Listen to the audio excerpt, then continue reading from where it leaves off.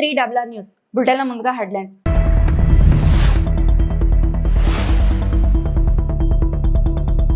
గోరఖ్పూర్లోని గోరఖ్నాథ్ ఆలయంలో రాష్ట్రపతి ద్రౌపది ముర్ము ప్రత్యేక పూజలు.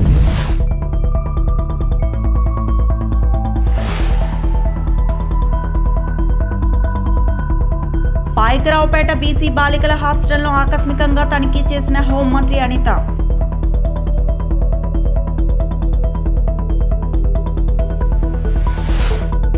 పాషమైలారం ఘటనా స్థలాన్ని పరిశీలించిన సీఎం రేవంత్ రెడ్డి.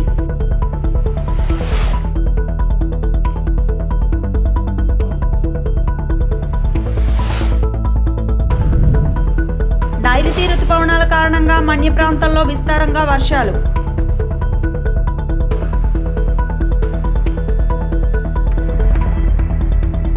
ఉత్తరప్రదేశ్ ముఖ్యమంత్రి యోగి ఆదిత్యనాథ్ తో కలిసి నివాసి ద్రౌపది ముర్ము గోరఖ్పూర్లోని చారిత్రాత్మక గోరఖ్నాథ్ ఆలయంలో ప్రార్థనలు చేశారు. ఈ ఆలయం లోతైన సాంస్కృతిక మరియు ఆధ్యాత్మిక ప్రాముఖ్యతను కలిగి ఉంది మరియు నాథ్ శాఖ యొక్క ఆధ్యాత్మిక స్థానం కూడా. ఉత్తరప్రదేశ్ పర్యటన సందర్భంగా రాష్ట్రపతి మతపరమైన మరియు సాంస్కృతిక సంస్థలతో కొనసాగుతున్న సంబంధాన్ని ఈ సందర్శన హైలైట్ చేస్తుంది. భక్తులు మరియు ఆలయ అధికారులు సంప్రదాయ ఆచారాలు మరియు వేద మంత్రాలతో ప్రముఖులకు స్వాగతం పలికారు.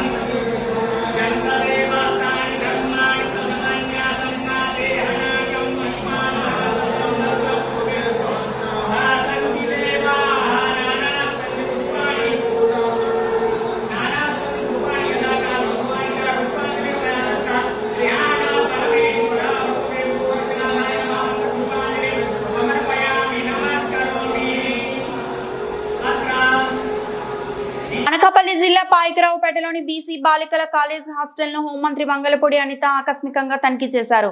విద్యార్థుల యోగక్షేమాలను అడిగి తెలుసుకున్న మంత్రి హాస్టల్లోని సమస్యలపై తీవ్ర అసంతృప్తి వ్యక్తం చేశారు. సీసీ కెమెరాలు లేకపోవడం పట్ల మంత్రి ఆగ్రహం వ్యక్తం చేశారు. విద్యార్థులతో కలిసి భోజనం చేసిన మంత్రి ఆహార నాణ్యతను తక్కువగా ఉండటంతో అధికారులపై సీరియస్ అయ్యారు. మెనూలో ఉన్న పదార్థాలను సరైన విధంగా అమలు చేయకపోవడాన్ని గుర్తించారు. ప్రభుత్వ హాస్టల్లో కూడా సన్న బియ్యాన్ని వాడాలని స్పష్టం చేశారు. ఈ సందర్భంగా మంత్రి అనిత విద్యార్థులను ధైర్యంగా ఉండాలని, సామాజిక మాధ్యమాలపై అప్రమత్తంగా ఉండాలని సూచించారు. తక్షణమే హాస్టల్లోని సీసీ కెమెరాలు ఏర్పాటు చేయాలని ఆమె అధికారులకు ఆదేశించారు. హాస్టల్పై సమగ్ర విచారణ జరిపి 2 రోజుల్లో నివేదిక ఇవ్వాలని మంత్రి అనిత ఆదేశించారు.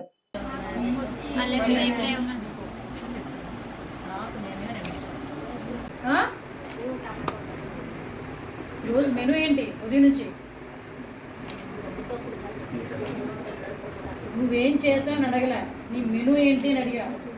మెనూ ఇచ్చారు కదా గవర్నమెంట్, ఆ మెనూ ఏంటి అని అడుగుతున్నా.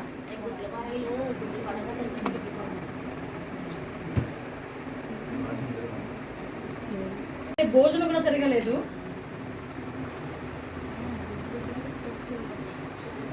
అది ఓపెన్ చేయి. ఆ రసం ఇప్పుడు నైట్కి ఏమి ఉండాలి అసలు? యాక్చువల్గా మామూలు మెనూ ప్రకారం మీ మెనూ షీట్ ఎక్కడ ఉంది?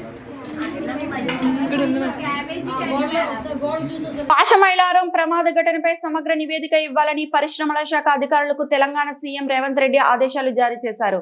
ప్రమాద స్థలాన్ని సందర్శించిన రేవంత్ రెడ్డి భవన శిథిలాలను పరిశీలించారు. ప్రమాద ఘటన సహాయ చర్యల గురించి అడిగి తెలుసుకున్నారు. అనంతరం పరిశ్రమల శాఖ అధికారులతో రేవంత్ మంత్రులు మాట్లాడారు.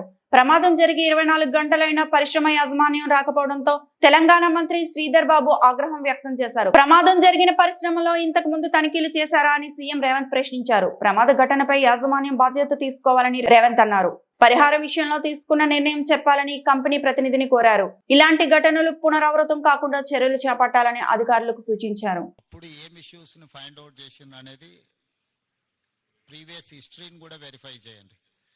దాని తర్వాత ఇప్పుడు జరిగిన యాక్సిడెంట్కు ఎక్స్పర్ట్స్ను పెట్టి వాళ్ళు ఎక్స్పర్ట్స్ ఒపీనియన్ కలెక్ట్ చేయండి. జనరల్ ఒపీనియన్స్ లేకపోతే అజంప్షన్స్తోని don't conclude with assumption or general opinion. I need specific reason for this accident, then only we can address. ఇప్పుడు ఈరోజు ఇక్కడ జరిగింది, ఇట్లాంటి సిమిలర్ ఇతర పరిశ్రమలలో కూడా ఇట్లాంటి సమస్య రాకుండా ఉండాలంటే మనం ఏం ఇన్స్ట్రక్షన్స్ ఇవ్వాలి, వీటి మీద ఫోకస్ పెట్టాలనేది కూడా మనకు అర్థం కావాలి. దీని నుంచి మీరు నేర్చుకోవాల్సింది, దీని నుంచి చూడాల్సింది రెండు ఉన్నాయి. ఒకటి డీటెయిల్ రిపోర్ట్ కావాలి నాకు. డీటెయిల్ రిపోర్ట్ మీద ఇమ్మీడియట్గా మీరు దీన్ని అడ్రస్ చేయండి. ఈ అంటే ఎక్స్పర్ట్స్ను కాన్స్టిట్యూట్ చేయండి. ఇట్ ఈస్ జనరల్ ఒపీనియన్స్ మీద పోకండి. దీని రిలేట్ ఏముందో ఆల్రెడీ ఇన్స్పెక్షన్ చేసిన వాళ్ళని వేయకండి, బయట నుంచి ఆఫీసర్లను డెప్యూట్ చేయండి. ఆల్రెడీ ఇన్స్పెక్షన్ చేసి ఆల్రెడీ దీని మీద ఉన్న వాళ్ళని మళ్ళీ ఒపీనియన్కి ఇస్తే they don't say anything. So కొత్త వాళ్ళను దీన్ని వేసి దీని మీద టోటల్గా డీటెయిల్ రిపోర్ట్ అనేది దీని మీద ఇమ్మీడియట్గా తీసుకోండి. ఈ రిపోర్ట్స్ బేసిస్ మీద ఈ పాశమైలారంలో ఉన్న ఇండస్ట్రీలో ఇట్లాంటివి ఏమేమి ఉన్నాయి, వేటి మీద ఇంకా ఇట్లాంటి గతంలో ఇట్లాంటి ఏమైనా డెఫిషియన్సీ ఉండి వాళ్ళకి నోటీసులు ఇస్తే వాళ్ళు కంప్లై చేసిండ్రా లేదా ఇమ్మీడియట్గా మిగతా వాటిని కూడా అడ్రస్ చేయాలి. మీకు ఇన్సిడెంట్ యాక్సిడెంట్ కానంత వరకు అంత బాగానే కనిపిస్తుంది. ఒక్కసారి సీరియస్ ఇష్యూ అయితే మళ్ళీ తర్వాత ఇదవుద్ది. దాని తర్వాత మళ్ళీ జరిగిన తర్వాత నువ్వేం చేయడానికి లేదు. కాబట్టి ఇమ్మీడియట్గా మా అధికారులను అందరిని ఇచ్చి నువ్వు పర్సనల్గా సూపర్వైజ్ చేసి దీని మీద రిపోర్ట్స్ అన్నిటిని కూడా మీరు పర్సనల్ కూర్చొని చేయండి. This point number 1. రంగనాథ్, మీరు ఎవరి డిజాస్టర్ మేనేజ్మెంట్ ఎవరు లీడ్ చేస్తారు? మూడవది, ఇప్పుడు ఆ కొలాప్సబుల్ కండిషన్స్లో ఉన్న స్ట్రక్చర్స్ని ఫర్దర్ యాక్సిడెంట్ జరగకుండా దాన్ని ఎట్లా రిమూవ్ చేయాలనేది మూడో ఇష్యూ. సో ఈ అన్ని డిపార్ట్మెంట్ను కోఆర్డినేట్ చేయాలంటే you should have some mechanism to handle. ఇప్పుడు టుడే టుమారో అటెన్షన్ అంతూ ఉంటుంది, 2 రోజుల తర్వాత ఈ అటెన్షన్ లేకపోతే మళ్ళీ ఇంకేదో యాక్సిడెంట్ జరిగింది అనుకో, ఎక్స్టెన్షన్ ఆఫ్ దిస్ యాక్సిడెంట్, అది ప్రాబ్లం అవుద్ది. కాబట్టి నువ్వు ఇమ్మీడియట్గా దానికోసం మీరు స్పెసిఫిక్ రోల్ క్లారిటీ ఇచ్చుకుంటూ మీరు ఆఫీసర్స్ని డెప్యూట్ చేయండి. సెకండ్ థింగ్, ఆ కంపెనీ రిలేట్ వాళ్ళని కూడా ఎవరు అకౌంటబుల్ పర్సన్ ఉందో వాళ్ళందరిని కూడా లైన్ అప్ చేయండి. ఈ రోజు జేకబ్ ఉంటాడు, Jacob will go tomorrow for Kerala. ప్రజలకు నిరంతరం అందుబాటులో ఉండటం అనేది రాజకీయాల్లో ఎంతో ముఖ్యమని, అందుకు సోషల్ మీడియాను విస్తృతంగా ఉపయోగించాలని యువ విభాగాన్ని ఉద్దేశించి వైఎస్ఆర్సీపీ అధినేత మాజీ సీఎం వైఎస్ జగన్మోహన్ రెడ్డి అన్నారు. మంగళవారం తాడేపల్లి పార్టీ కేంద్ర కార్యాలయంలో జరిగిన యువ విభాగ సమావేశంలో ఆయన కీలక వ్యాఖ్యలు చేశారు. ఒకటి, ప్రజలకు అందుబాటులో ఉండడం. రెండవది, చిక్కటి చిరునవ్వుతో పలకరింపు. రెండు ఖచ్చితంగా ఉండాలి.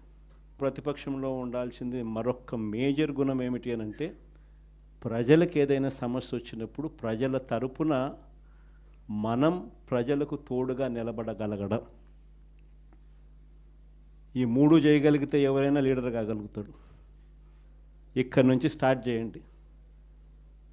నియోజకవర్గం స్థాయిలో నియోజకవర్గ అధ్యక్షుడిగా ఉన్న ప్రతి ఒక్కరికి నేను చెప్తా ఉన్నా, ఈ రోజు నుంచి స్టార్ట్ చేయండి. మనం ఈరోజు చూసేది యూత్ అధ్యక్షుడిగా, నియోజకవర్గం ఇన్ఛార్జిగా, యూత్ అధ్యక్షుడిగా ఫస్ట్ అడిగే ఇది. మీ చివరి అడుగు ఎమ్మెల్యే కావడం, అది గుర్తుపెట్టుకోండి. ప్రతిపక్షంలో ఉన్నప్పుడే ఇవన్నీ బలంగా మనం తయారు చేసుకునే వెసులుబాటు మనకు ఉంటుంది. వెసులుబాటులోకి రావాలి. ఆర్గనైజేషన్లో ఉన్న ప్రతి ఒక్కడు సోషల్ మీడియాలో ఆటోమేటిక్లీ ఎంపానల్ కావాలి. సోషల్ మీడియాలో మీ ఫోన్ అన్నది ఈరోజు యుగంలో మీ దగ్గరున్న గన్ను. మీ దగ్గరున్న గన్ను ఈరోజు యుగంలో, ఈ సోషల్ మీడియా యుగంలో మీ దగ్గరున్న ఏకైక వెపన్, ఏకైక గన్ను మీ ఫోను. ఆర్గనైజేషన్ పరంగా మీరు దాంట్లో ఎంపానల్ అయిపోయి ఉండాలి. మీతో పాటు మీరు క్రియేట్ చేసి ఆర్గనైజేషన్ గ్రామస్థాయి దాకా కూడా ఆ ఆర్గనైజేషన్లో పార్టీ కావాలి.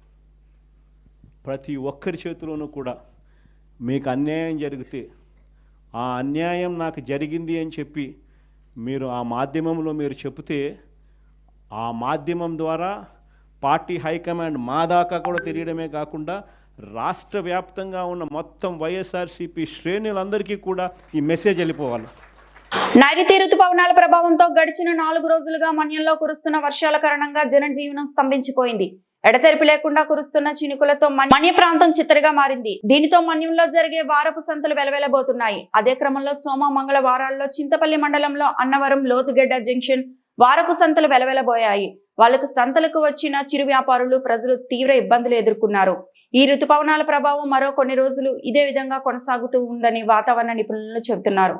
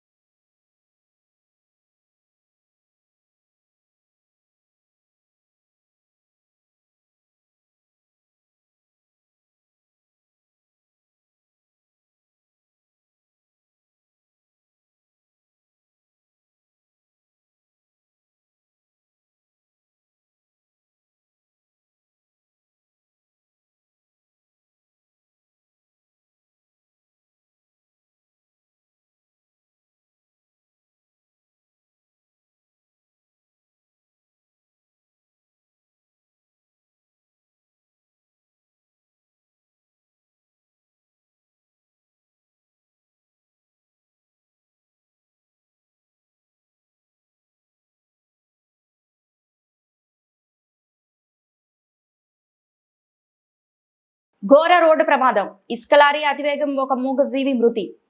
ములుగు జిల్లా వెంకటాపురం మండలం శివారులో ఇండియన్ పెట్రోల్ బంక్ ఎదురుగా ఇసుక లారీ అతివేగం వల్ల ఒక మేక మృతి చెందిన ఘటన చోటు చేసుకుంది. మేకల కాపరి నూగురు గ్రామంలో మేకలను కాపు కాయించి ఇంటికి తిరిగి వస్తున్న తరుణంలో ఇసుక లారీ డ్రైవర్ నిర్లక్ష్యం వల్ల ఈ ప్రమాదం చోటు చేసుకుందని మేకల కాపరి వాపోతున్నారు. ఈ ఘటనతో ఇసుక లారీ వల్ల గంట వరకు స్తంభించిన రాకపోకలు. తెలంగాణ సరిహద్దు మండలాలు అయినటువంటి వెంకటాపురం, చెర్లలో అధికంగా ఇసుక ర్యాంపులు ఉండటంతో లారీల రద్దీ పెరిగింది.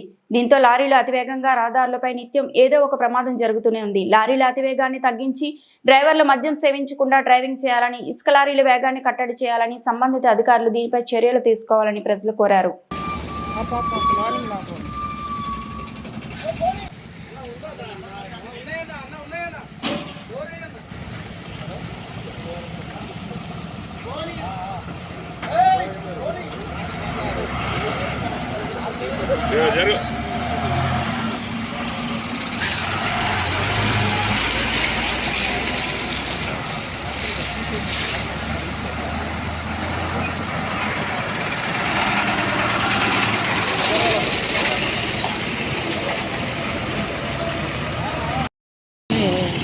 కొడుకుంటే గట్ట చేస్తుంది ధర్మయ్య కర్రతో ఆపుతూనే ఉన్నాడట. ఆయన